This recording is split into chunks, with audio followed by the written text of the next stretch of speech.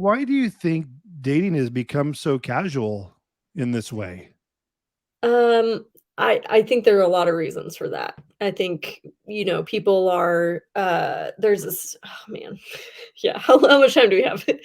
There's, like, this changing of the family structure, right, that's going on right now. Um, it's always changing, but right now it's specifically quite divided, and we haven't filled in the gaps, right? Like, there have always been kind of absent fathers, but generally, you lived with your entire extended family, so that was not quite as obvious, or, the dad needed to provide for the family, and so it wasn't weird that he was gone time or whatever, and now it's like that those dynamics don't work anymore, and so we are seeing just, divorce, and all kinds of other relationship fracturing happening, Yeah. and then family fracturing, and then, you could think of blended families, right? Then there are new marriages happen, and then there are all kinds of different, um, dynamics happening within the family itself, and what is love? What is marriage? Like, these are all questions that are being asked right now. Mm. Uh, it's a huge shift. It's a huge shift going on in terms of, what is a long-term commitment even. Esther Perel is one of my big influences, and she asked this question or talks about this distinction of monogamy, right? Like, monogamy before, we could say, like, 100 years ago, meant one person for life. Like, monogamy was you're with one person for life. That's your person. And now monogamy is one person at a time. I was I was gonna step on you and say that, and then I wanted to hear you say it though. Yeah, that's it. That's the one. You've probably seen that interview. This is a I know great I topic. didn't. Oh, okay.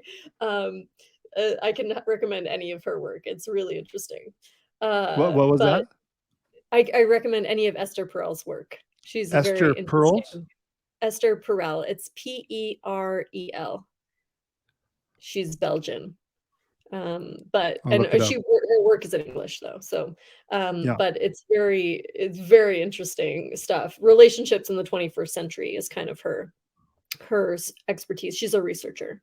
Gotcha. Um, and yeah, that is what we're doing now, is like monogamy. To be with one person is like, and now I'm with this one person, and then Yeah. I'm with that one person. And just kind of again, the ethical landscape that creates Yeah. is more casual. I mean, the idea is not I'm making it work with this person, or I'm showing up with this person. It's, you know, I do what I I don't want. know where people get the energy to do that. Like you're To saying, one conversation with one person, but to be dating multiple people simultaneously, trying to keep that in alignment, and then on top of everything else you have going on in your life, must be busy. Yeah.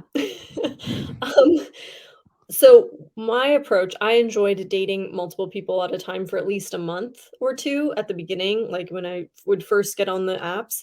I liked to go out on several different dates, like, to make a couple different connections, because inevitably you have the connections that you're like, "This is really important." Um, or it's very obvious when something isn't that great, or you have the middle of the road connections where you're like, "This is interesting, I don't know where it's gonna go."